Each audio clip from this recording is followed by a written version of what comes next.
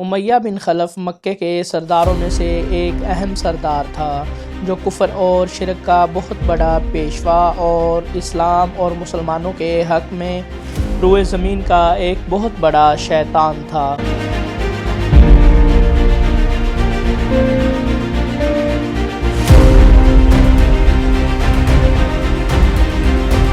ایک دن اس کو پتہ چلا کہ اس کے کسی غلام نے بتوں کو پوجنے سے انکار کر کے کسی اور کو معبود بنا رکھا ہے۔ اس نے غلام کو فوراً بلا کر پوچھا کہ میں نے سنا ہے کہ تم نے کوئی اور معبود بنا لیا ہے، سچ سچ بتاؤ کہ تم کس کی عبادت کرتے ہو؟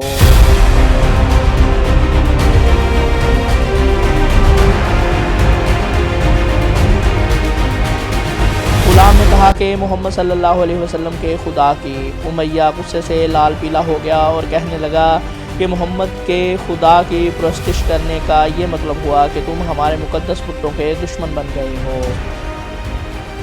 پھر طرح راہ راست پہ آ جاؤ ورنہ ذلت کے ساتھ مارے جاؤ گے۔ میں یہ ہرگز برداشت نہیں کر سکتا کہ تم بتوں کی پوجا کرنے والے کے غلام رہ کر محمد صلی اللہ علیہ وسلم کے خدا کی پرستش کرو۔ وہ غلام جو توحید کا سچے دل سے شیدائی ہو چکا تھا، اس نے بے دھڑک امیہ کو جواب دیا کہ میرے جسم پر تو تمہارا زور چل سکتا ہے، لیکن میں اپنا دل اور اپنی جان محمد صلی اللہ علیہ وسلم اور اس کے خدا کے پاس امانت رکھ چکا ہوں۔ اب اس اللہ کی عبادت ہی میری زندگی کا مقصد ہے اور تمہارے خود سے بنائے ہوئے بتوں کو پوجنا میرے بس کی بات نہیں ہے۔ یہ جواب سن کر امیہ بن خلف غیظ و غضب سے دیوانہ ہو گیا۔ ایک غلام نے اسے بے دھڑک جواب دے دیا تھا۔ اس نے کڑک کر کہا کہ اچھا تو پھر میں دیکھوں گا محمد اور اس کا خدا تجھے کیسے بچاتے ہیں۔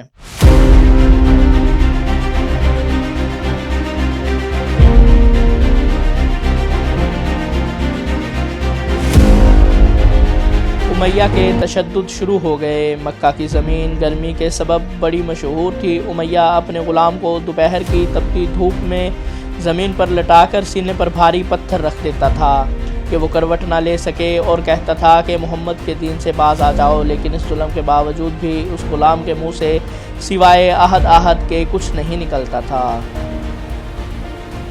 امیہ مزید غضبناک ہو کر اذیتیں مزید بڑھاتا رہتا۔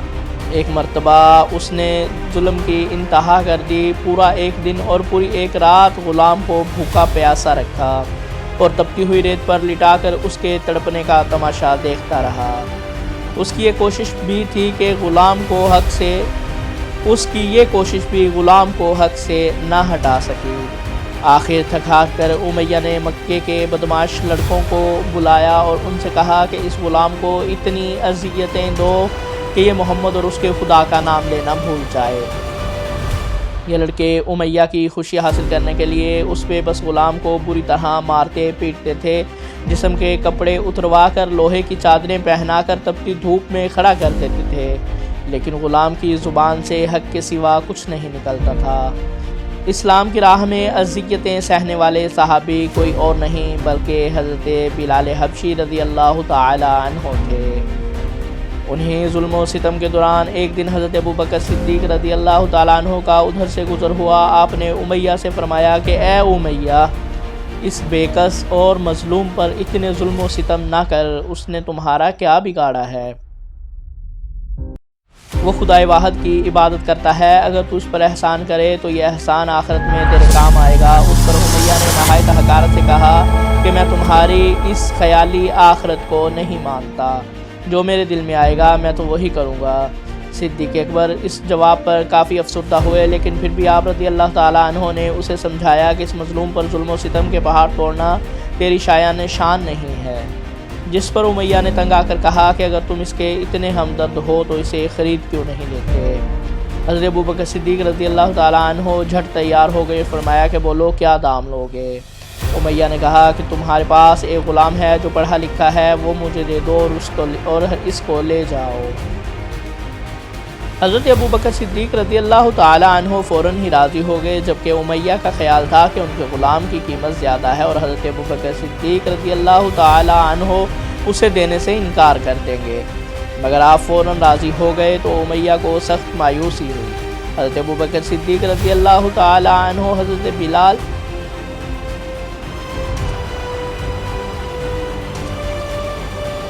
حضرت ابو بکر صدیق رضی اللہ تعالی عنہ حضرت بلال رضی اللہ تعالی عنہ کو ساتھ لے کر دربار رسالت میں حاضر ہوئے اور سارا ماجرا کہہ سنایا۔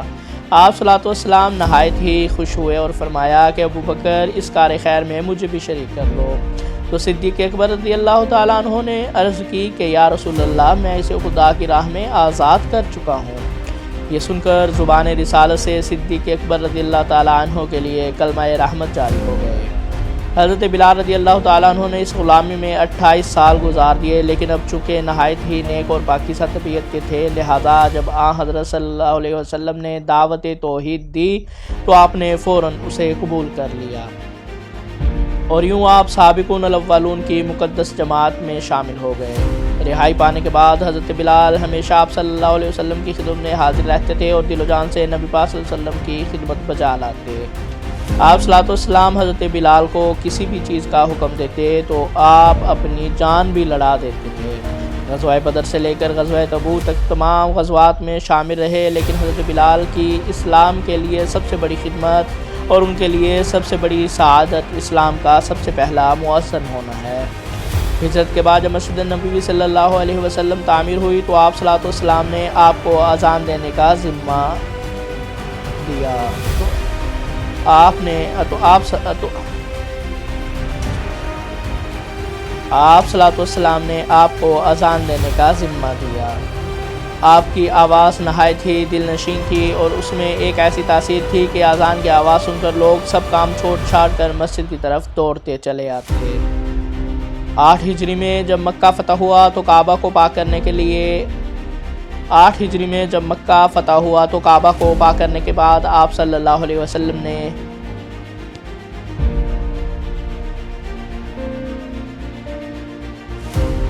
حضرت بلال سے فرمایا کہ اے بلال، کعبے کی چھت پر کھڑے ہو کر اذان دو، اور یہ ایک سلسلہ حضور صلی اللہ علیہ وسلم کی حیات مبارکہ تک اسی محبت اور عقیدت کے ساتھ جاری رہا۔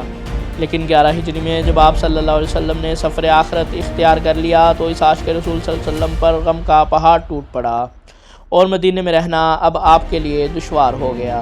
آپ کو ہر وقت پیارے نبی صلی اللہ علیہ وسلم کی یاد ستاتی رہتی تھی۔ آپ صلی اللہ علیہ وسلم سے آپ نے سنا ہوا تھا کہ مومن کے لیے سب سے افضل عمل جہاد فی سبیل اللہ ہے، لہٰذا آپ رضی اللہ تعالیٰ عنہ خلیفہ اول حضرت ابو بکر صدیق کی خدمت میں حاضر ہوئے اور جہاد پر جانے کی اجازت طلب کی۔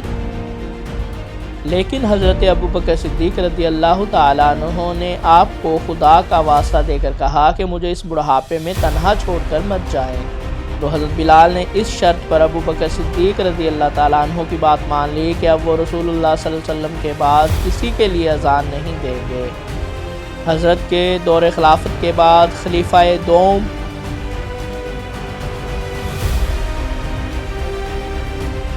حضرت ابو بکر کے دور خلافت کے بعد خلیفہ دوم حضرت عمر فاروق رضی اللہ تعالی عنہ کے دور میں بھی جب بیت المقدس کی تسخیر کے لیے شام جانا پڑا تو وہاں عیسائیوں سے صلح نامہ طے پانے کے بعد حضرت عمر فاروق رضی اللہ تعالیٰ عنہ نے ایک خطبہ دیا اور حضرت بلال سے درخواست کی کہ آج جبکہ قبلہ اول پر توحید کا عظمت بھرا موقع ہے، اگر آپ اذان دیں تو ہم آپ کے مشکور رہیں گے۔ حضرت بلال نے یہی اذان دینی شروع کی۔ حضرت بلال نے جو ہی اذان دینی شروع کی تو صحابہ کرام کو دور نبوی کی مبارک یاد تازہ ہو گئی اور ان پر غشی طاری ہو گئی۔ شام کے مارکے کے بعد حضرت بلال نے شام ہی کے ایک گاؤں میں رہائش اختیار کر لی، کیونکہ مدینے میں ہر وقت آپ کو آپ صلی اللہ علیہ وسلم کی یاد ستاتی رہتی تھی۔ لیکن ایک دن اپنے خواب میں آپ صلی اللہ علیہ وسلم کی زیارت کی۔ نبی پاک صلی اللہ علیہ وسلم نے فرمایا، اے بلال، کیا ابھی وقت نہیں آیا کہ تم ہماری زیارت کے لیے آؤ؟ اس خواب نے آپ کو بے تاب کر دیا اور بے تاب ہو کر فوراً مدینہ روانہ ہو گئے۔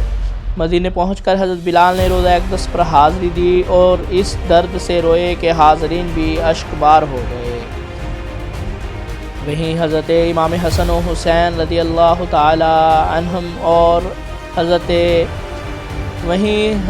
حسن و حسین رضی اللہ تعالی عنہما آپ حضرت بلال سے ملے۔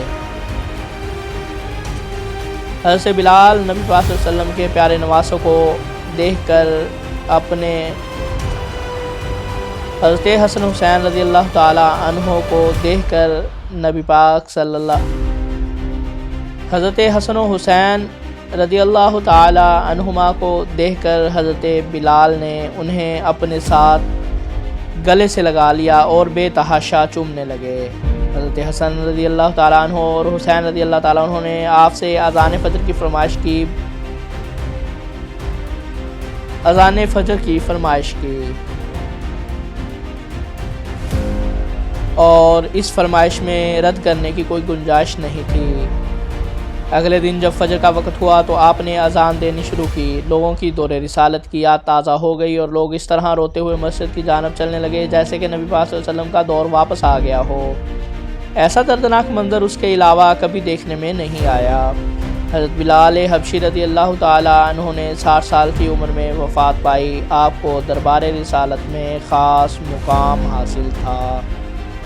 آئیے ہم سب اللہ تعالیٰ سے دعا کرتے ہیں کہ ہمیں بھی حضرت بلال حبشی رضی اللہ تعالیٰ عنہ کی صفات میں سے کچھ عطا فرمائے۔